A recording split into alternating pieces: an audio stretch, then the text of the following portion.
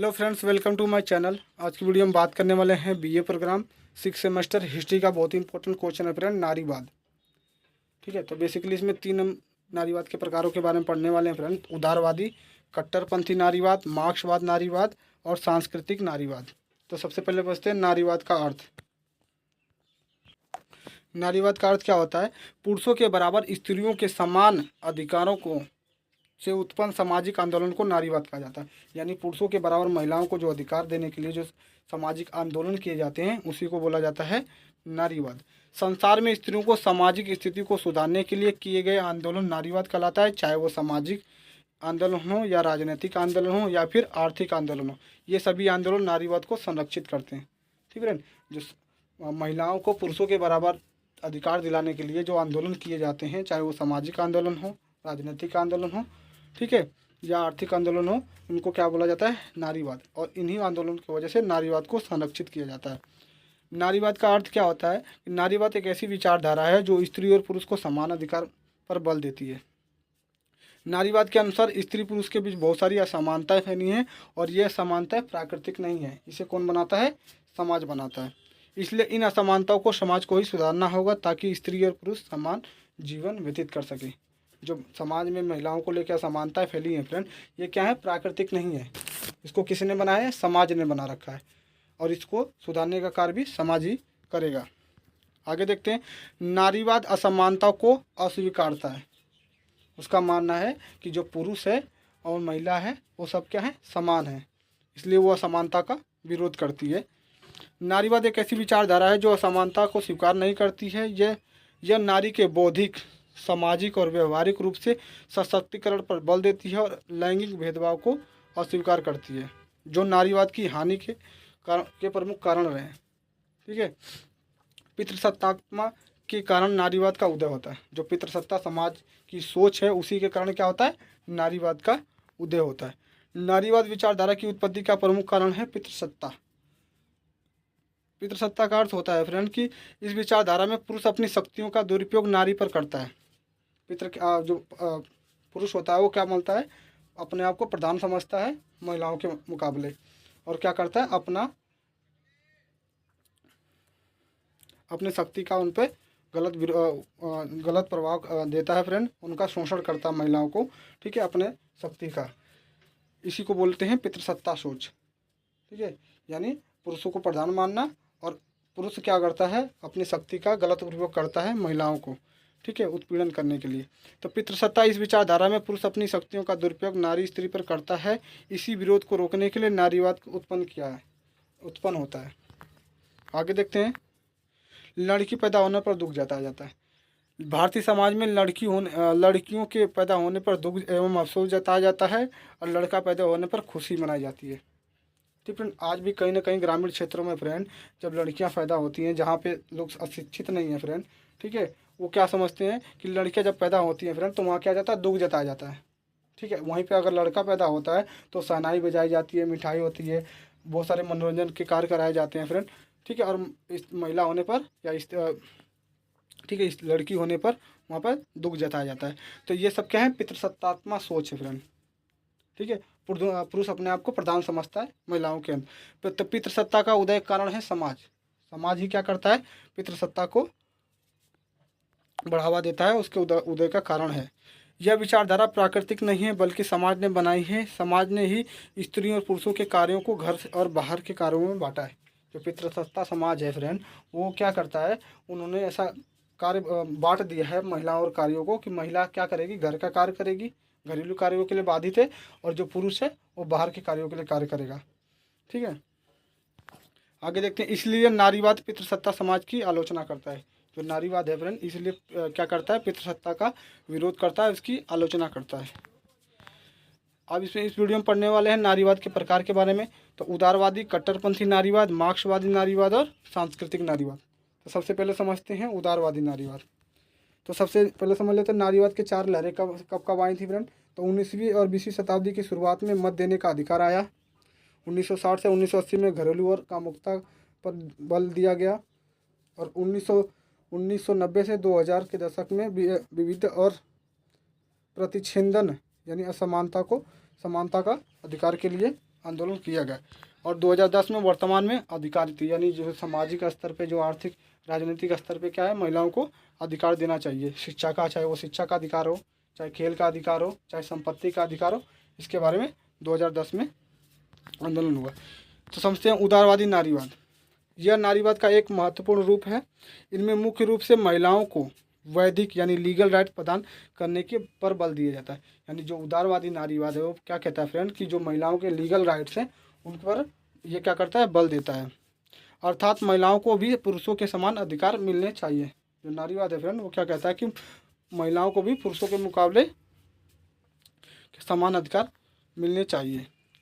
इतिहास समझ लेते हैं। उदारवादी नारीवाद का इतिहास 300 साल पुराना है और इन वर्षों में इन महिलाओं को कई विविधताएं आई। ठीक है, यानी 300 वर्षों से महिलाओं का क्या हो रहा था, शोषण हो रहा है कई अलग अलग प्रकार से। ठीक है, 18वीं शताब्दी में इस विचारधारा पर प्रकाश डाला गया और महिलाओं पुरुषों के बराबर हैं। ठीक है, 18वीं शताब्दी में ये बताया गया कि महिला पुरुषों के बराबर है। इसके लिए ये प्राकृतिक अधिकार है। महिला और पुरुष जो अधिकार बनाए गए हैं फ्रेंड, ये क्या है, प्राकृतिक हैं और हमें पितृसत्ता समाज को ख़त्म करना चाहिए। और जो राइट्स बने हैं फ्रेंड, ये प्राकृतिक राइट्स वो दोनों वर्गों को मिलना चाहिए। यानी महिलाओं को भी समान अधिकार मिलना चाहिए और पुरुषों को भी समान अधिकार देना चाहिए। ये सोच 18वीं शताब्दी में लोगों के बीच में आई। 19वीं शताब्दी में भी महिलाओं को अधिकार के लिए जोर दिया गया। जो महिलाओं के अधिकार हैं फ्रेंड उन पर जोर दिया। और 20वीं शताब्दी के आते आते जीवन के सभी क्षेत्रों में महिलाओं के लिए समान अवसर की मांग की गई। जैसे जैसे फ्रेंड समय बढ़ता गया, लोगों के राइट से, जो महिलाओं के राइट से धीरे धीरे उसमें बढ़ोतरी हो गई। और कहीं ना कहीं आज ही हम देखते हैं फ्रेंड कि महिलाएं पुरुषों से कंधा मिलाकर चल रही हैं। इसी को बोला जाता है उदारवाद नारीवाद। 1850 के दशक में J.S. मिल ने सर्वप्रथम स्त्री मत अधिकारों की बात की तो देशों में महिलाओं के प्रति जागरूकता आई। प्रथम मताधिकार देश 1893 में न्यूजीलैंड प्रथम महिलाओं के लिए मताधिकार की व्यवस्था की। फिर अमेरिका महिला मताधिकार 1920 में 19वें संशोधन द्वारा अमेरिका में महिलाओं को मताधिकार प्रदान किया गया। और धीरे धीरे ब्रिटेन में भी 1928 में पूर्ण रूप से महिलाओं के लिए मताधिकार की व्यवस्था की गई। जैसे जैसे मताधिकार की, ठीक है, मांग बढ़ रही थी फ्रेंड, ठीक है, लोगों को जागरूकता आ रही थी, धीरे धीरे वो देश में फैलते हुए जा रहा था। तो कुछ देश में, जैसे सबसे पहले न्यूजीलैंड में हुआ, ठीक, इसके बाद अमेरिका में, दूसरे बाद फिर ब्रिटेन। तो धीरे धीरे ये व्यवस्था आगे बढ़ती गई। आगे देखते हैं उदारवाद नारीवाद की विशेषता। तो महिलाओं को पुरुषों का वर्चस्व नहीं बल्कि महिलाओं को पुरुषों के समान अधिकार मिलना चाहिए। जो उदारवादी नारी की विशेषता है फ्रेंड, उनकी मांग है कि महिलाओं को पुरुषों पर वर्चस्व नहीं बल्कि महिलाओं को पुरुषों के बराबर समान अधिकार मिलने चाहिए। महिलाओं को शिक्षा में समान अवसर दिया जाए, रोजगार में समान अवसर दिया जाए और महिलाओं को मत देने का अधिकार हो। बौद्धिक रूप से समानता में भी विश्वास बढ़ाया जाए, शिक्षा तक महिलाओं की पहुंच हो, प्रजनन का अधिकार हो, संपत्ति के मालिक होने का भी अधिकार महिलाओं को दिया जाए। ये उदारवादी की सोच है। कट्टरपंथी नारीवाद लैंगिक असमानता के विरुद्ध है। ये महिलाओं को अनेक सभी कर्तव्यों को दिलाने के पक्ष में है जिनमें औरतें अपनी प्रजनन की स्वतंत्रता की बात करती हैं। कट्टरपंथी का उदय 1960 में हुआ था। कट्टरपंथी की मांग थी कि लिंग के आधार पर आर्थिक तथा सामाजिक रूप में पुरुषों का वर्चस्व समाप्त कर दिया जाए। यानी जो कट्टरपंथी की मांग थी फ्रेंड की आर्थिक और सामाजिक स्तर पे जो पुरुषों का दबदबा बना है उसको समाप्त कर दिया जाए और आर्थिक और सामाजिक जो स्तर है व्यवस्था में महिलाओं को भी पुरुषों के मुकाबले समान अधिकार दिया जाए। पितृसत्ता समाज को ख़त्म करने का कार्य कट्टरपंथी ने किया। पितृसत्ता समाप्ति की मांग की कट्टरपंथियों ने। कट्टरपंथी नारीवाद समाज को मूल रूप से एक पितृसत्ता के रूप में देखता है। जो पितृसत्ता समाज है फ्रेंड उसको किस तरह से देखता है कट्टरपंथी नारीवाद को एक समाज को मूल रूप से एक पितृसत्ता के रूप में देखता है। उदाहरण के तौर पे देखते हैं कि पुरुष महिलाओं पर हावी होकर उन पर अत्याचार करते हैं। यानी पितृसत्ता में क्या होता है, पुरुष अपने आप को प्रधान समझता है, ठीक है, और महिलाओं को अपना शक्ति से उनका शोषण करता है। लिंग के आधार पर आर्थिक क्षेत्रों में महिलाओं को पुरुषों के मुकाबले कम वेतन मिलता है। आपने देखा होगा फ्रेंड कि एक ही कार्य को अगर महिला और पुरुष दोनों कर रहे हैं तो दोनों के वेतन अलग अलग होंगे फ्रेंड। जो पुरुष का वेतन होगा वो महिलाओं से अधिक होगा और महिला का पुरुष से कम होगा। ये कहीं ना कहीं आज भी प्रचलन में है। द फेमिनिन मिस्टेक, एक ब्रेटी फ्रीडन अपनी पुस्तक द फेमिनिन मिस्टेक में महिलाओं की समस्याओं को हमारे समक्ष रखती हैं। उनकी पुस्तक को नारीवाद के बाइबल के रूप में जाना जाता है। उनका मानना है कि मनोवैज्ञानिक रूप से महिलाओं को इतना हतोत्साहित कर दिया जाता है कि महिलाएं अपने आप को बाहर आने में असुरक्षित समझती हैं।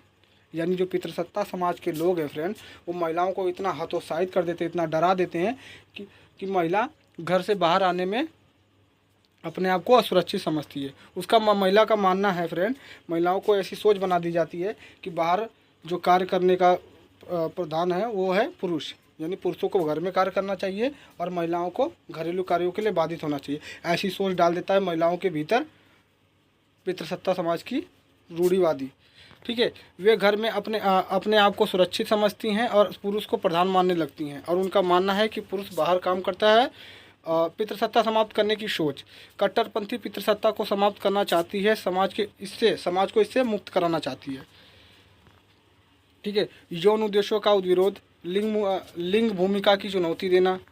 ठीक है, महिलाओं पर हो रही हिंसा जैसे मुद्दों पर आवाज़ उठाना, यानी जो कट्टरपंथी है फ्रेंड, यौन उद्देश्यों का विरोध करती है और लिंग भूमिका को चुनौती देती है। जो जेंडर है वगैरह, जो पुरुषों और महिलाओं को लेकर जो असमानता होती है फ्रेंड, उसके खिलाफ ये चुनौती देता है।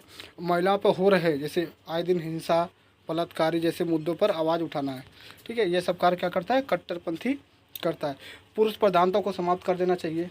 आज भी आपने देखा होगा फ्रेंड कि ग्रामीण इलाकों में जहाँ पे शिक्षित व्यक्ति नहीं रहते हैं, शिक्षित व्यक्ति का अभाव रहता है, वहाँ पे क्या होता है फ्रेंड कि महिला जो पुरुषों को अभी भी प्रधान माना जाता है। यानी घरेलू अगर कार्य में अगर कोई सलाह मशवरा लिया जा रहा है फ्रेंड, तो महिलाओं से नहीं लिया जाता, यानी पुरुष ही आपस में बात करते हैं और निर्णय लेते हैं, महिलाओं को उसमें कोई रोल नहीं होता है। तो पुरुष प्रधान माना जाता है अधिकतर, ये भारतीय क्षेत्रों में होता है। लैंगिक असमानता को ख़त्म करना, जो लैंगिक असमानता है फ्रेंड पुरुषों और महिलाओं को लेके, जो आर्थिक, राजनीतिक और सांस्कृतिक रूप से जो पुरुषों का वर्चस्व हो रहा है सब इन क्षेत्रों में, उनको समाप्त कर देना चाहिए और महिलाओं को भी इन क्षेत्रों में समान अधिकार देने चाहिए। मार्क्सवाद, नारीवाद। ठीक है, महिलाओं के उत्पीड़न को पूंजीवाद से संबंधित जोड़ा गया है।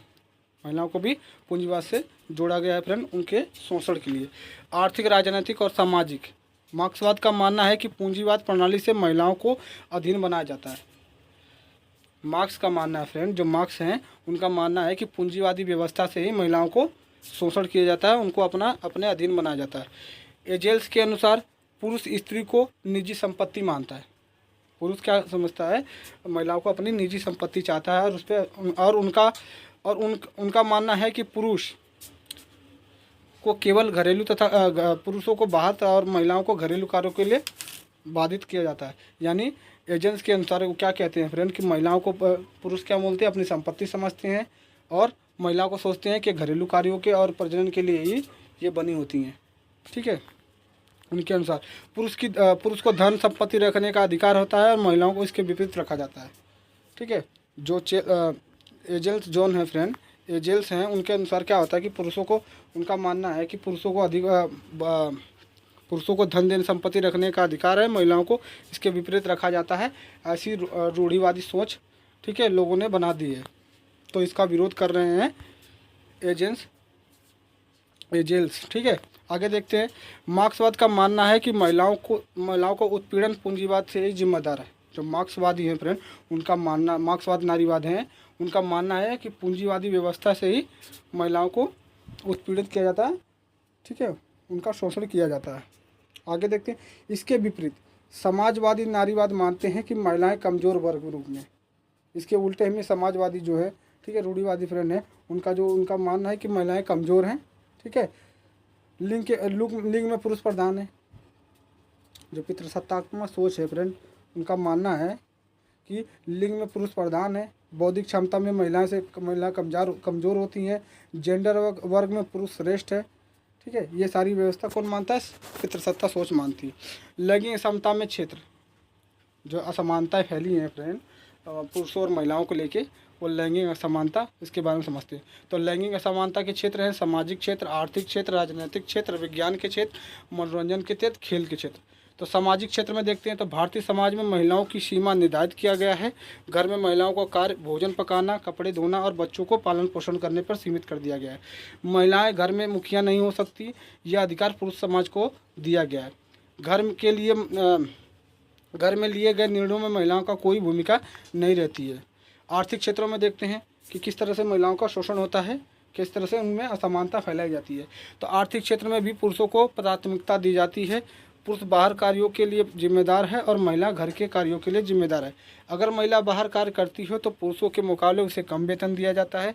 हालांकि पुरुषों के मुकाबले महिलाएं ज़्यादा काम करती हैं, जैसे बच्चों का पालन पोषण करना, खेतों में काम करना, घरेलू कार्य, बाहर आर्थिक क्षेत्रों में भी कार्य करती हैं और पुरुषों के मुकाबले में उन स्त्री का दोहरा कार्य होता है।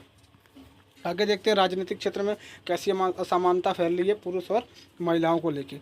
तो सभी राजनीतिक दल लोकतांत्रिक होते हुए समानता का दावा करती हैं। जो राजनीतिक पार्टियां होती है फ्रेंड, राजनीतिक लोकतांत्रिक ठीक है सोच वाले लोग होते हैं, वो बोलते हैं कि नहीं हम एक दूसरे को समान समझते हैं। लेकिन जब चुनाव की बारी आती है फ्रेंड, ठीक है, तो महिलाओं को उसमें प्रत्याशी के रूप में नहीं दिया जाता है, ठीक है, और उन्हें किसी प्रमुख पद को नियुक्ति भी नहीं की जाती है।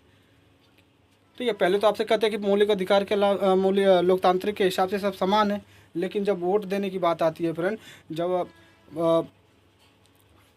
टिकट देने की बात आती है फ्रेंड, तो क्या करते हैं, महिलाओं को टिकट नहीं देते हैं और उन्हें अच्छे पोस्ट पे भी नियुक्ति नहीं करते हैं। मनोरंजन के क्षेत्र में भी महिलाओं का शोषण हो रहा है।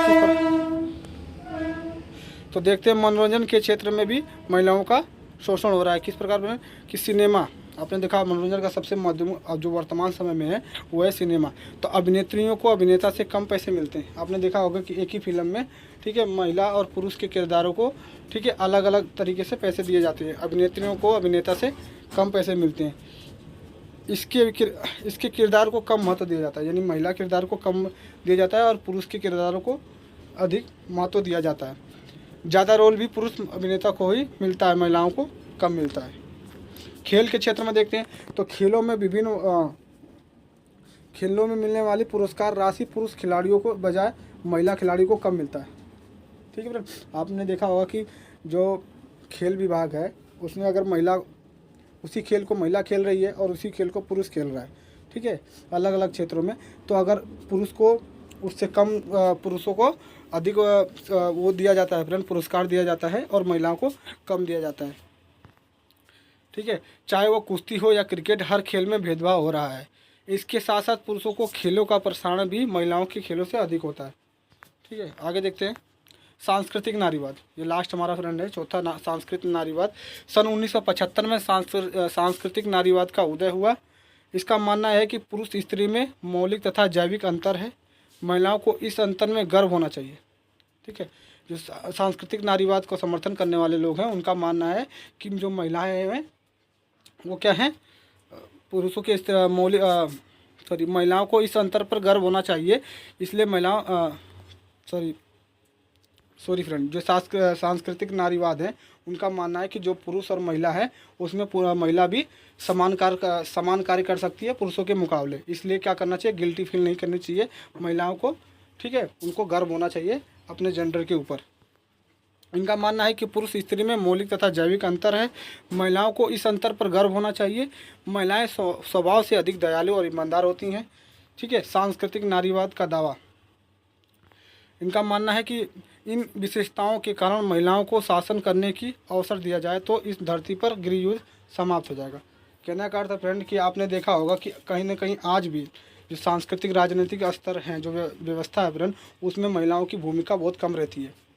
आपने देखा होगा कि जो हमारे प्रधानमंत्री हैं अब से लेकर स्वतंत्रता से लेकर आज आधुनिक वर्तमान समय में फ्रेंड करीब 15-16 प्रधानमंत्री बने, लेकिन उसमें जो हमारी इंदिरा गांधी थी वो पहली भारतीय महिला थी जिन्हें राजनीतिक क्षेत्रों में मुकाम हासिल किया। लेकिन इसके बाद फ्रेंड धीरे धीरे चीज़ें कम बढ़ती गई। ठीक है, लेकिन अब वर्तमान समय में धीरे धीरे सबकी सोच खत्म होती रही है फ्रेंड। पितृसत्ता सोच है वो धीरे धीरे खत्म हुई और महिलाएं कहीं ना कहीं राजनीतिक क्षेत्रों में अपनी भूमिका निभा रही हैं। ठीक है। लेकिन पहले के स्तर में फ्रेंड ऐसा नहीं था, महिलाओं को राजनीतिक क्षेत्रों में जाने की अनुमति नहीं थी। इसी को सोच को विरोध करता है सांस्कृतिक नारीवाद। पश्चिमी समाज पुरुषों को प्रधान मानती है। जो पश्चिमी समाज है फ्रेंड, वो क्या करती है, पुरुषों को समान समझती है और उनका मानना है कि पुरुष ही स्वतंत्र है, प्रतिस्पर्धा कर सकता है, पूंजीवाद प्रमुख आदि। सांस्कृतिक नारीवाद अधिकतर गैर राजनीतिक होते हैं। ठीक फ्रेंड, कहने का अर्थ है कि महिलाओं को हर क्षेत्रों में, सामाजिक क्षेत्रों में, आर्थिक क्षेत्रों में, राजनीतिक क्षेत्रों में पुरुषों के मुकाबले, ठीक है, उत्पीड़ित किया गया है, उनको उससे वंचित रखा गया। इसी के विरुद्ध में ये सारे आंदोलन चलाए गए हैं। ठीक है, आई होप आपको समझ में आया होगा। ठीक है ना, जल्दी जल्दी वीडियो बना रहा हूँ फ्रेंड, क्योंकि पेपर है आप लोगों का। ठीक है, तो इससे थोड़ी हो सके तो आपको सहायता मिलेगी फ्रेंड। मिलते हैं नेक्स्ट वीडियो में, तब तक के लिए जय हिंद।